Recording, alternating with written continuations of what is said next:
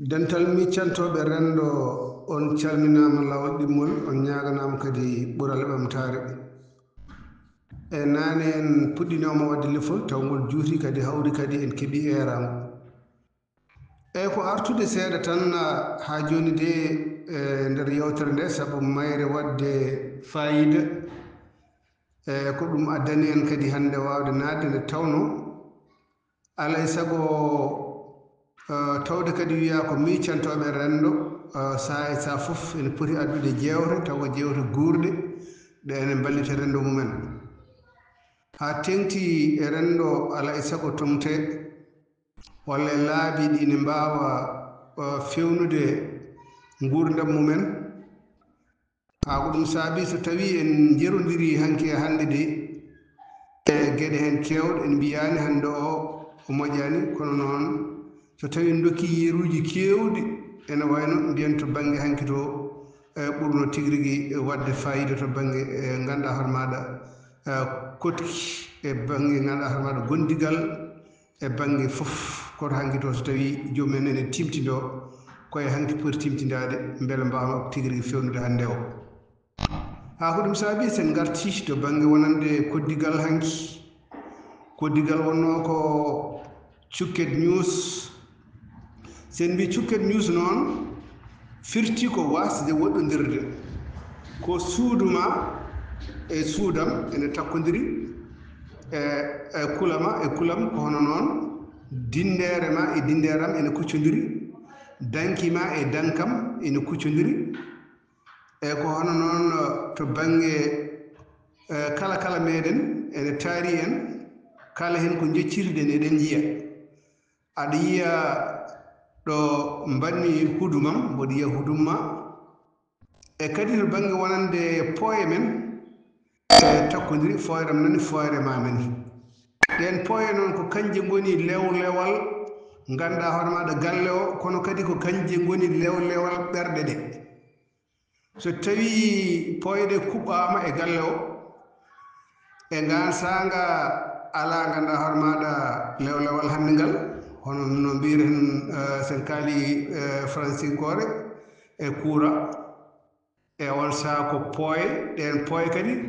ko pooye ɗe ganduɗa hoore maɗa wona pooye ittade mbatta ko enen tigui rigui e koye men koye taaride meɗen kadi ummi e kadi ngal ɗon lewlewal no mbimi ni ko lewlewal ngal ganduɗa hoore maɗa battinowal kadi e ɓerɗe ɗe nde tawno so tawi fooyre huɓɓi tan aɗa yiyami mboɗo yima e on saaha aɗa yewta jewte maɗa mbiɗa hetti mboɗo yewta aɗa hetti e nder ɗen ɗon jewte ɗe jewtitten enen mawɓe ɓe e gansanga kadi sukaɓeɓe ene ketti mbatta hen hakkillaji mumen ganda ɓeɗo mawɓe ko goni e dow mum ko janggo e jaam mbawa tigui rigui ƴogde ɗum ɗon wawde kadi hutoroyade janggo e jaam nde tawno ɗum ɗo wayi kono mbiyen ko duɗal e ɗen ɗon pooye ga tan lewlewal ɓerɗe ɗe en mbawi wide ko duɗal noon sen mbi noon ko duɗal jangguirgal woni duɗal woni no annama duɗal qur'ana sen jii e on saaha duɗal qur'ana so tawi huɓɓama ko fooyre sukaɓe tarto ɗum woni almuɓe e gansanga ene jangga ko hono noon on galleji ɗi kadi mbano ko hono noon galleji ɗi mbano e on saaha so tawi aɗa haala mbeɗa hetto miɗa haala aɗa hetto sukaɓe men